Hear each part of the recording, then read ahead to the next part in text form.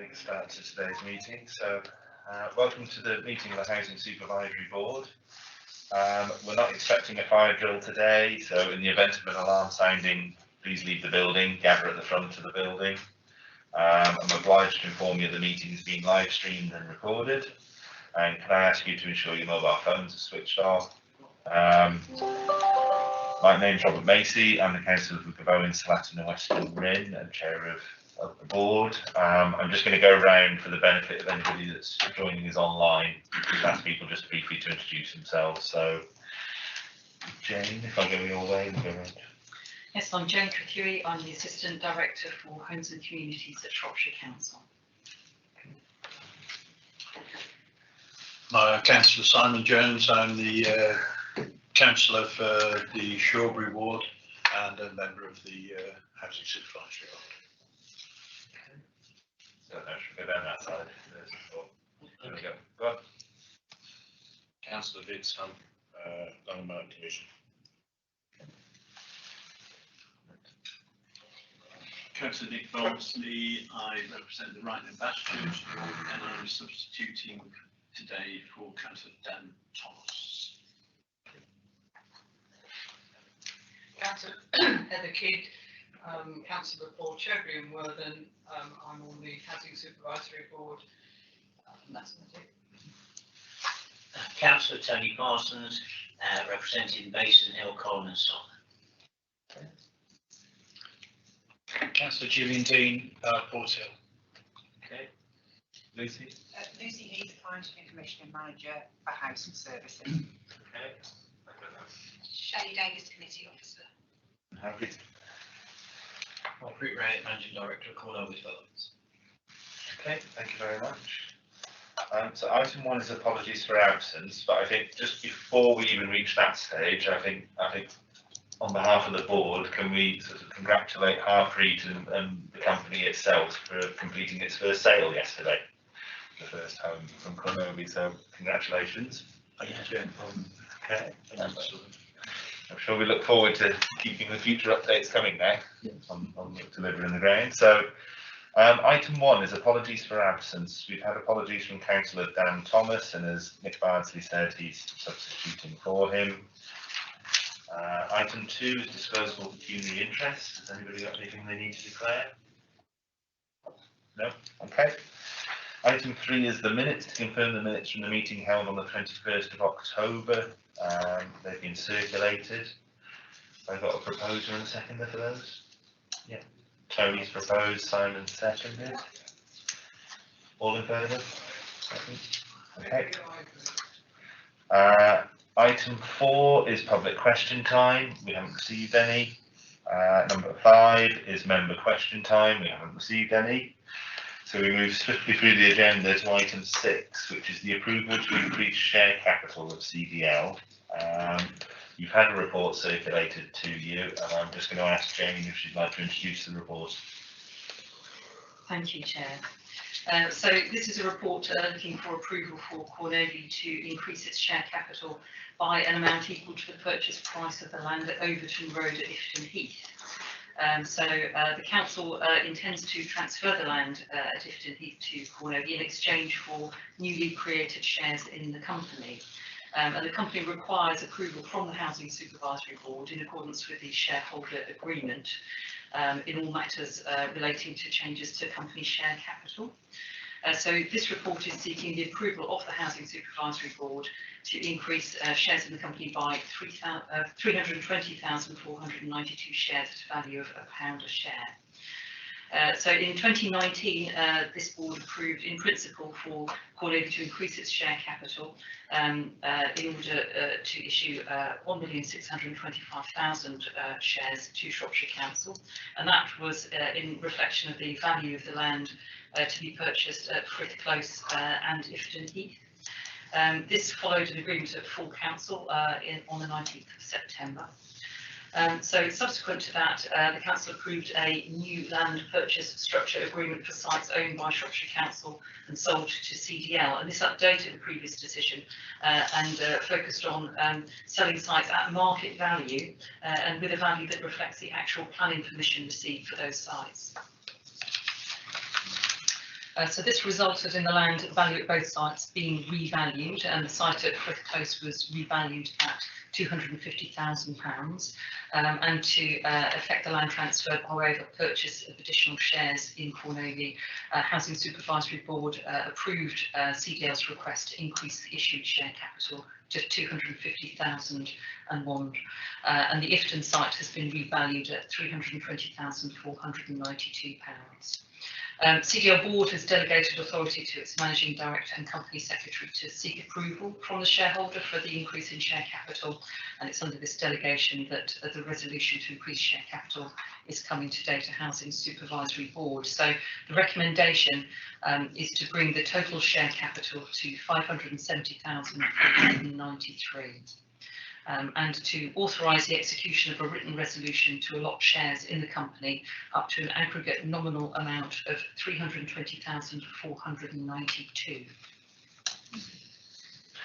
Okay, I will turn it over to members. I think Nick, you'd indicated. Yeah, forgive me, Chair, it's this question and comment reflects my ignorance, so members of the board who are much more familiar than I am will forgive me perhaps. The percentage of affordable homes on the Ifton site, if my arithmetic is right, it's sort of 15–20%, something like that, is it? No. Okay, I'll bring you on. There's 35 homes being built on the Ifton site.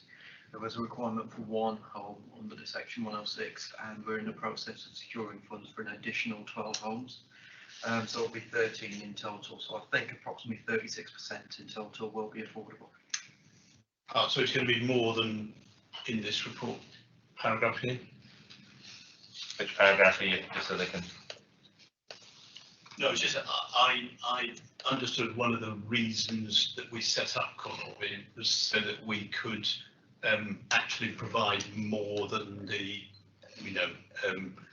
planning requirement in North Shropshire.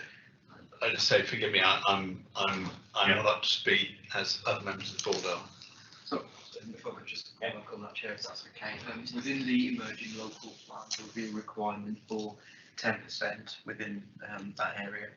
So in line with our remit, we've been able to, through discussion with Homes England and also the local authority, increase the number of affordable homes to 36% on that site.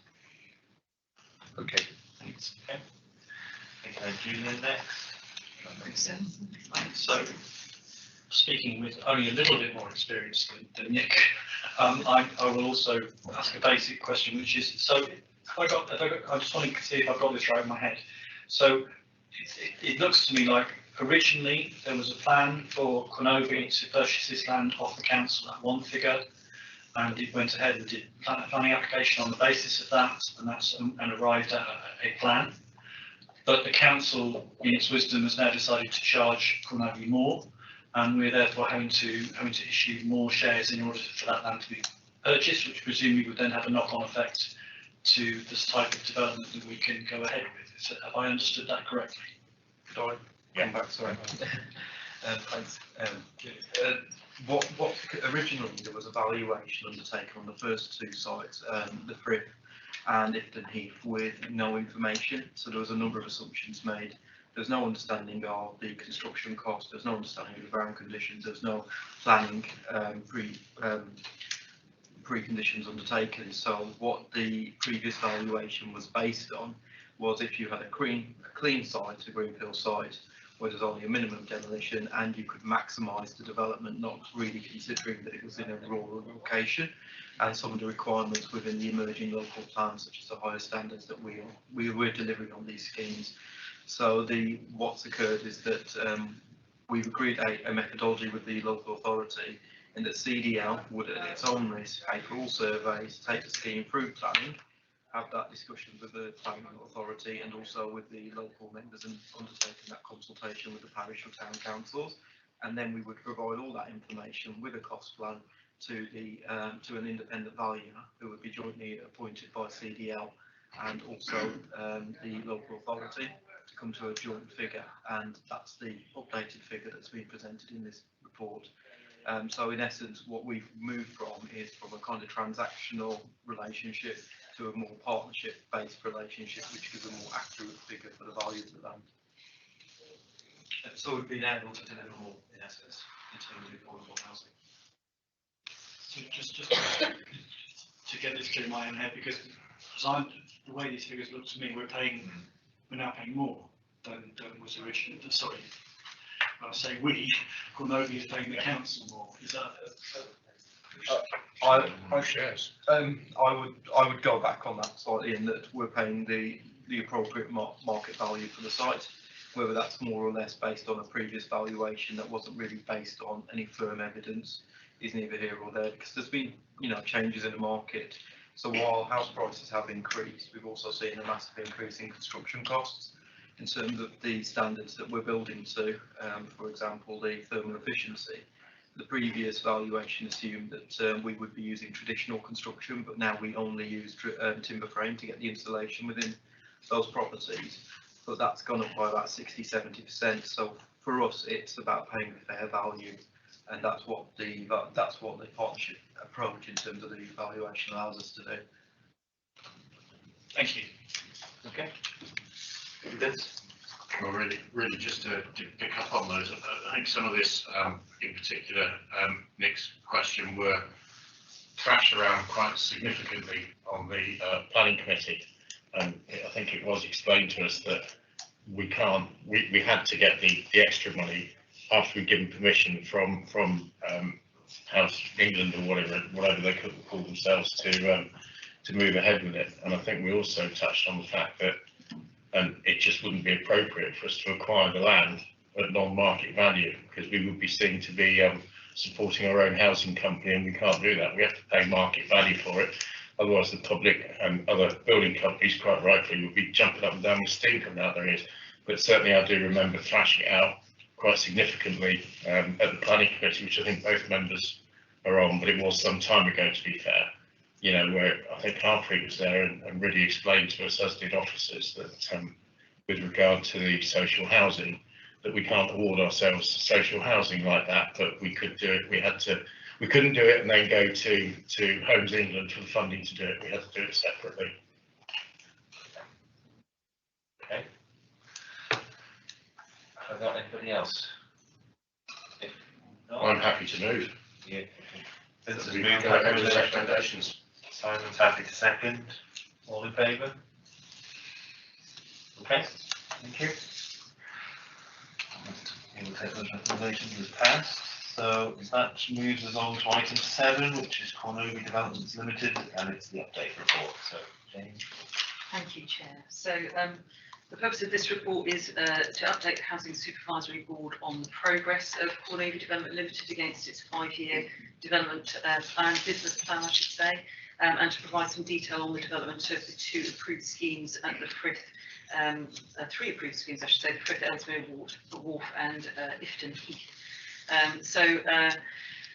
In summary, all new homes at Frith Close and Ifton Heath will have an EPC rating of A compared to the building regulations requirement of C. So that's Cornovia delivering on that expectation of a higher standard. That these figures will be confirmed at completion by the EPC certificates provided at handover. All new homes at Ellesmere Wharf will have an EPC rating of B, and that's because they're unable to achieve the A rating on the development due to some quite significant abnormal costs associated with what is a brownfield site with significant issues below ground.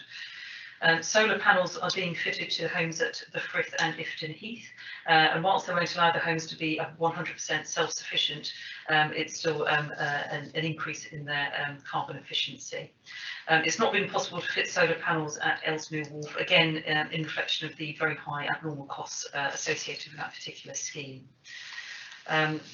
Frith Close and Ellesmere don't benefit from additional carbon offsetting measures, but the Ifton site will have the planting of additional trees, which will make some contribution in that way. At Frith, Ellesmere and Ifton Heath developments, the flood risk assessment has shown that there is no risk of a 1 in 100 plus 30-year flood event, which is very important for all of our new build proposals. In relation to solar gain, the homes at the Frith and Ellesmere Wharf are situated on a north-east south-west axis to prevent extreme heating and extreme cooling. At Ifton Heath, some plots of 1 to 17 are positioned to limit solar gain and heat loss. More broadly, Cornovy is progressing its 5-year development programme of 574 new homes, which was set out in its business plan. And the company's report now identifies that this is increasing to 594 new homes, and that's as a result of remodelling of the scheme to bring forward additional homes. And CDL is also continuing to engage across the market to identify future opportunities for development in other parts of the county.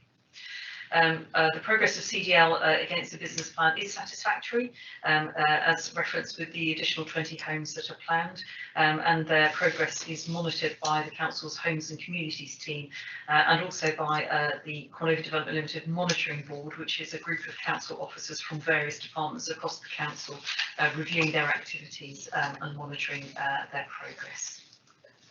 Thank you, Chair.